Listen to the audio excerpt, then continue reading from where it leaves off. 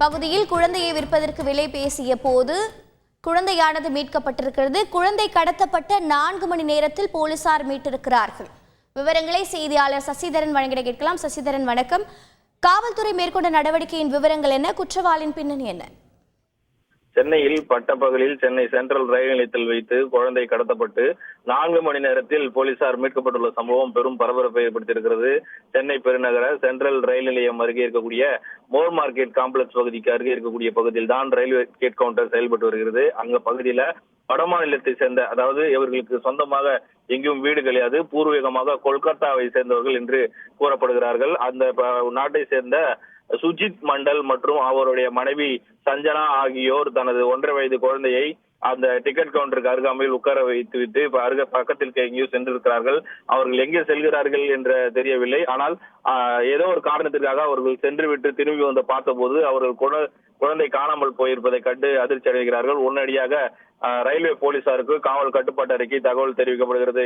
இந்த தகவலின் அடிப்படையில உடனடியாக சம்பவ இடத்திற்கு வந்த ரயில்வே இருப்பு பாதை போலீசார் குழந்தை கடத்தப்பட்ட சம்பவம் தொடர்பாக உடனடியாக அங்க இருக்கக்கூடிய சிசிடிவி கேமரா காட்சிகளை ஆய்வு மேற்கொண்டு 2 நபர்கள் குழந்தைகளை கொண்டு செல்வது தெரிய வந்திருக்கிறது.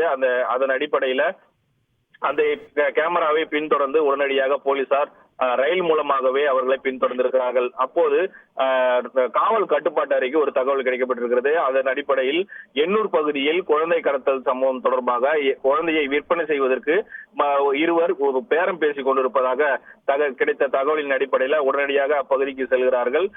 பொதுமக்களே அந்த குழந்தையை வைத்திருக்கக்கூடிய நபர்கள் சந்தேகத்துக்கிடமாக இருந்த வகையில் அவர்கள் பிடித்து எண்ணூர் போலீசாரிடம் ஒப்படைக்கிறார்கள். உடனடியாக எண்ணூர் காவல் நிலையத்திற்கு விரைந்த ரயில்வே போலீசார் பத்திரமாக குழந்தையை மீட்டு பெற்றோர்களும் ஒப்படைத்திருக்கிறார்கள். குழந்தை கடத்தப்பட்ட 4 மணி நேரத்திற்குள் பத்திரமாக மீட்கப்பட்டு ஒப்படைக்கப்பட்டிருக்கூடிய சம்பவம் காவல்துறையில் போலீசாரின் அந்த துரித பணிகளை காட்டுகிறது.